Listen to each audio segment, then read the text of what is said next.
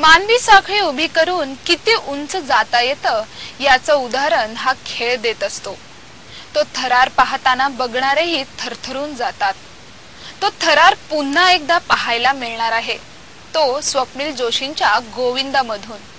हा चित्रपट 16 ऑगस्ट पासून प्रदर्शित होतोय।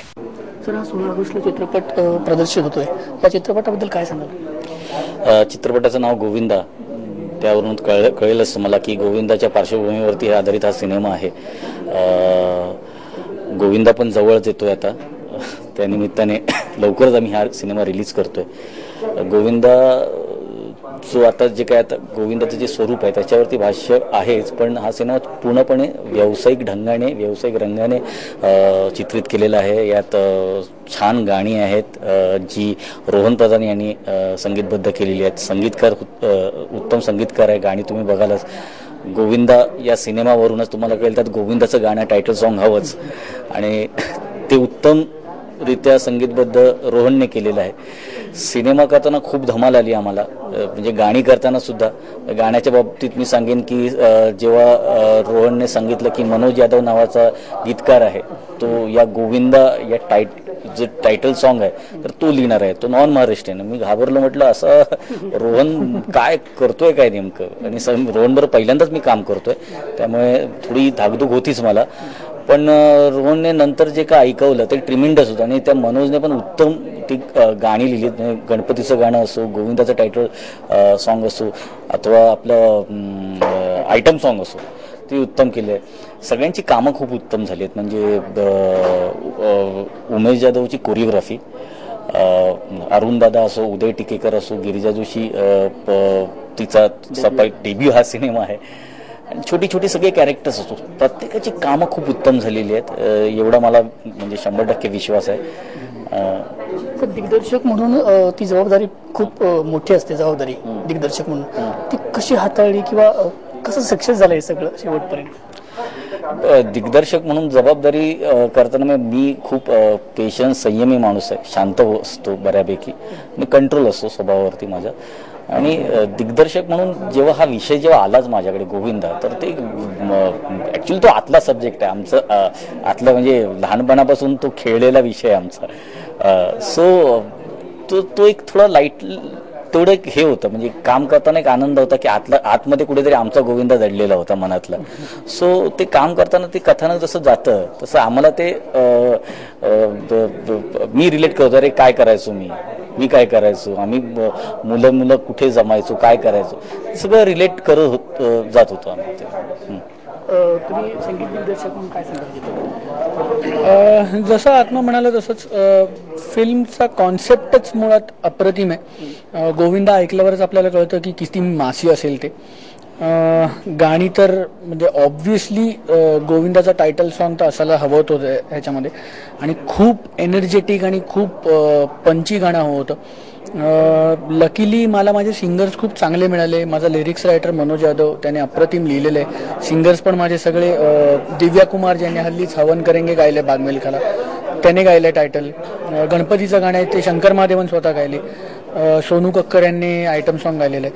त्यामुळे मला सिंगर्स पण खूप चांगले मिळाले, आणि मुळात आत्माचा पूर्ण विश्वास होता, फ्रीडम होतं मला काम करण्याचं।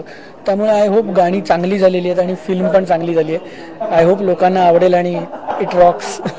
एखादा अशी घटना कधी सांगायचं त्यावेळी शूटच्या माझ्या रेकॉर्डिंग सेशनची घटना सांगायची खरं तर फारच गमतीशीर गोष्ट झाली एक, की गणपतीचं गाणं जे आम्ही रेकॉर्ड केलं आणि जे शूट केलं ते पूर्णपणे माझ्या आवाजात केलं होतं, आणि माझ्या आवाजावरती ते अख्खं गाणं शूट झालं, ते एडिट झालं, सगळं झालं, आणि त्याच्यानंतर मी ह्यांना शंकर महादेवनजीने जे गायलं होतं गाणं ते दिलं, आणि मग त्याच्यावर ह्यांनी परत डबल मेहनत केली आहे, आणि मग ते गाणं परत एडिट केलं, आणि ते मग लोकांच्या समोर येते।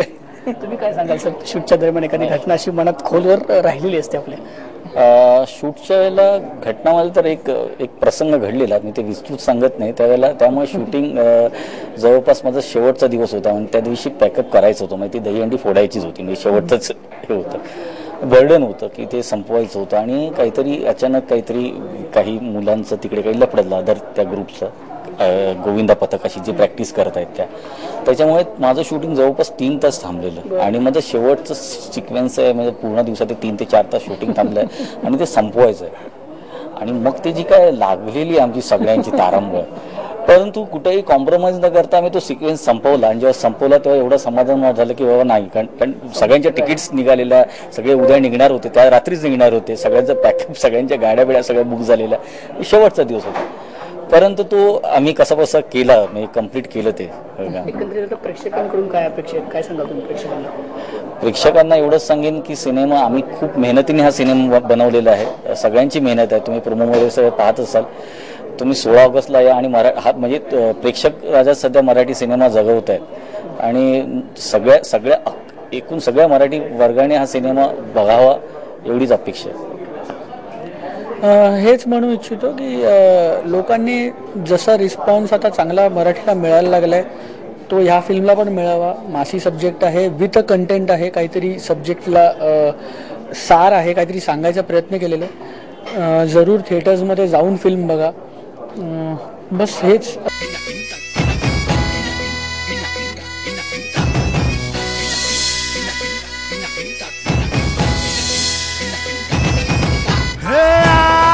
आली कान्हांड कंपनी हो, नाराज गोकुळात सनसनी. आली कान्हांड कंपनी हो, नाराज गोकुळात सनसनी. राधाला जपून ठेव, माखन लपून ठेव, आता होणार चोरी ओपनली सुसाट. गोविंदा रे गोविंदा रे गोविंदा रे गोविंदा गोविंदा गोविंदा रे गोपाळा, प्रेमाचे कान्हाचा घोटाळा.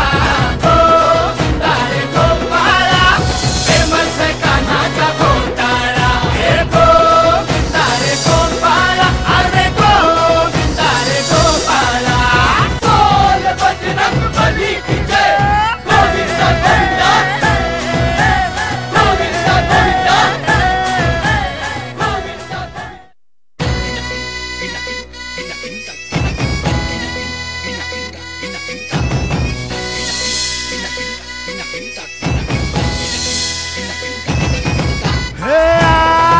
आली कान्हांड कंपनी हो,